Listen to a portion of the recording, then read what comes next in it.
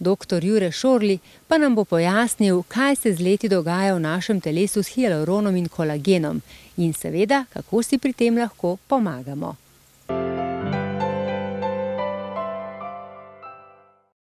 Doktor Šorli, kje najdemo hialuron in kolagen v telesu? Kje sta prisotna? Hialuronska kislina in kolagen sta prisotna v vseh tkivih.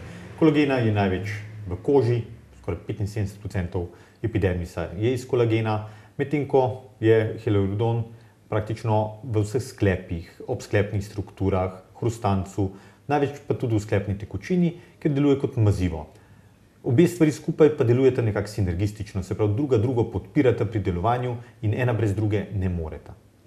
Torej, kadar jemljemo prehranska dopolnila, je najbolj smiselno, da jemljemo kombinacijo obeh dveh, tako hialurona, kakor kolagena. Ne samo smiselno, ampak tudi edino učinkovito.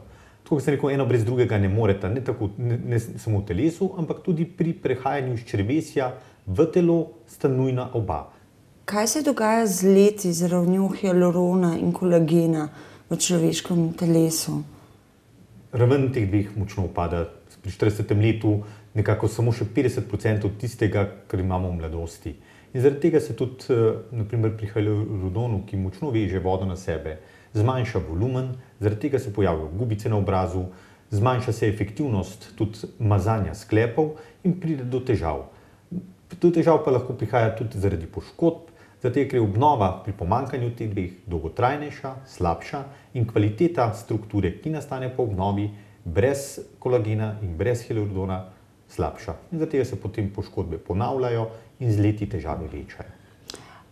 Lahko dobimo hialuron ali pa kolagen iz vira, se pravi z normalno prehrano? Seveda lahko dobimo, samo količine so majhne. In ker z leti, kako smo rekli, tudi naša prehrana postaja vedno bolj borna, vedno slabša, je teh snovi premalo.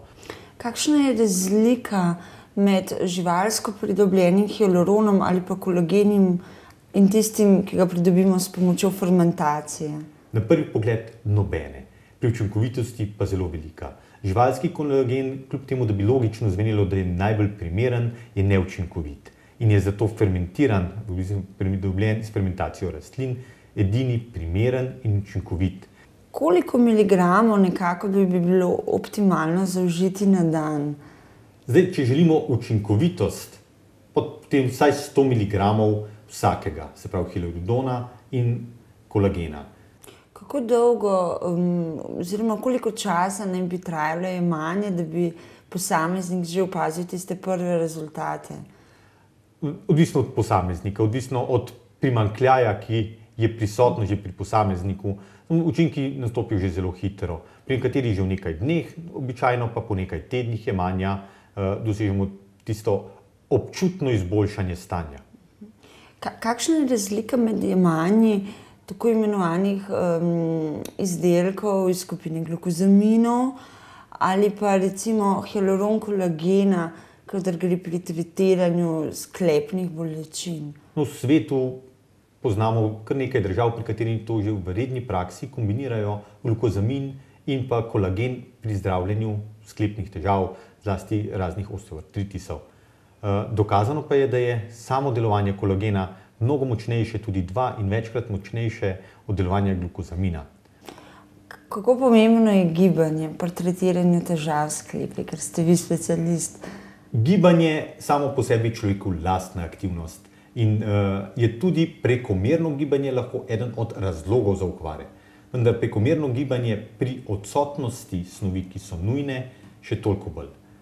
Tako da gibanje je osnova, vendar brez dodatkov v prehrani, ki je z dneva v dan bolj borna, slabša, je to gibanje mogoče, lahko rečemo, tudi vsak dan manj zdravo. Komu v sebi priporočili to vrstno prehransko dopolnilo? Ne samo tistim, ki se redno ukvarjajo. Večji problem imamo pri ljudeh, ki so danes zasedeni in se bojijo in nočejo ukvarjati s športnimi aktivnostmi zaradi raznih bolečin po sklepih. Tako da vsakemu, ki je redno aktiven oziroma ki načrtuje začetek aktivnosti, zagotovo. Pa ne samo pri aktivnih.